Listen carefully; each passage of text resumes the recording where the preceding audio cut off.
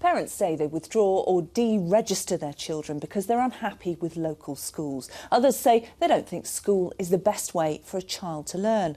Well, figures obtained by the BBC show that in Barnsley, 191 children are now being educated at home. That's an increase of 198% in the last 5 years. In Bradford, 345 pupils were homeschooled. That's an increase of 58% over the same period. And in Leeds, 397 were homeschooled last year. That's an increase of 43%. But their figures are only recorded from 2012. Some of those we contacted couldn't provide figures. They only keep figures for those who start school and are then withdrawn.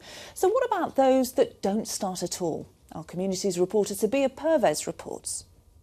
So what you've got to think about is whether 4 root 5... Elaine has never sent her children to school and has been home educating for 15 years.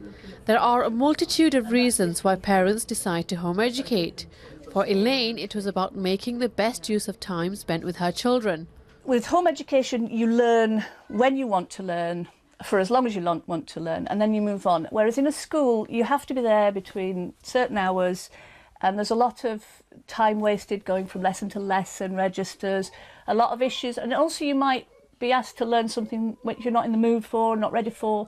Her children appear to be thriving in the environment Elaine has created for them. I can ask her questions that I might get embarrassed about asking in front of a class. I think you can do more things that you wouldn't be able to do in school. There's no peer pressure, so I don't feel like I have to be something I'm not, which is quite important personally at my age. Elaine and her partner are not the only ones home educating. In fact, across Yorkshire there has been a significant increase in parents taking their children out of school or never sending them in the first place. But there are concerns. Pat Langham says that schools provide a hidden curriculum that home educators cannot offer.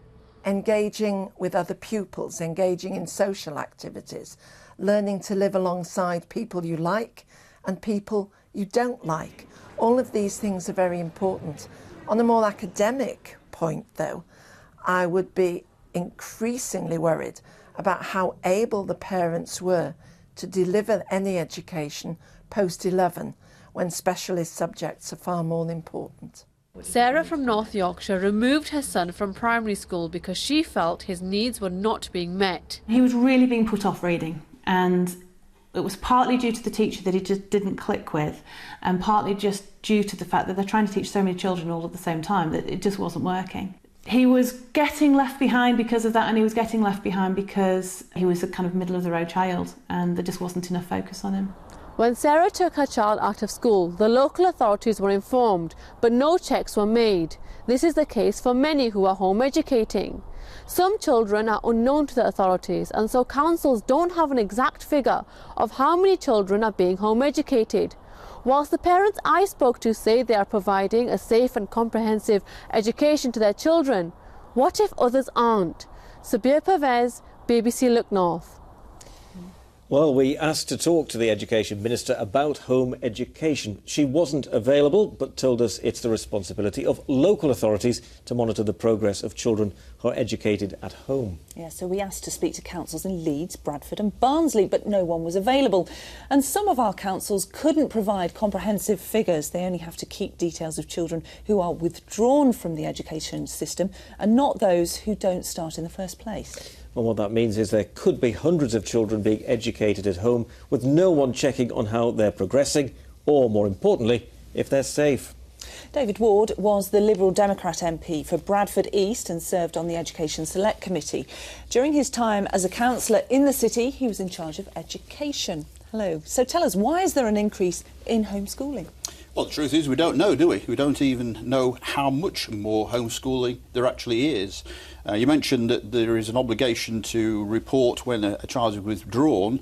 There's actually no legal requirement for that, but what we don't know, of course, is those who are never in the system at all. We just do not know. There are huge issues to do with safeguarding and indeed to do with standards. We think it outrageous if a school was somehow exempt from any check on its safeguarding or in terms of its standards, and yet, of course, if you're home educated, those protections just do not exist. Absolutely. So who is monitoring this then? Because as you say, there's safeguarding issues that need to be looked at. Well, they aren't. There's no obligation on a local authority. It hasn't got the rights to visit the home, to check on the education. He has to make sure, it has a responsibility for all children in its area to make sure they have a suitable education, whatever that may be, and it also has to be efficient, whatever that means. But it hasn't got the right to visit the home, to check on the child within the environment. And the vast majority of them, no doubt, will be receiving a very good education, but we just do not know, and that is the main problem.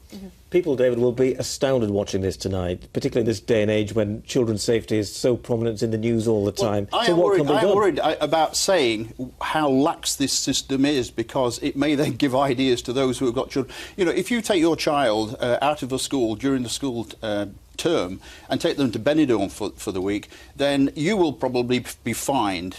If you are home educated and take them to Benidorm, or indeed lock them in a cupboard for the week, not only will you not be fined for that, no one would know. No one would know about that at all. So what do you think needs to be done? Well, there needs to be a compulsory registry, a compulsory registration of children, so we know where children are, so we can actually track children and find out where they are being educated and make sure that they have a good education and that it is at the right standard and that they are safe.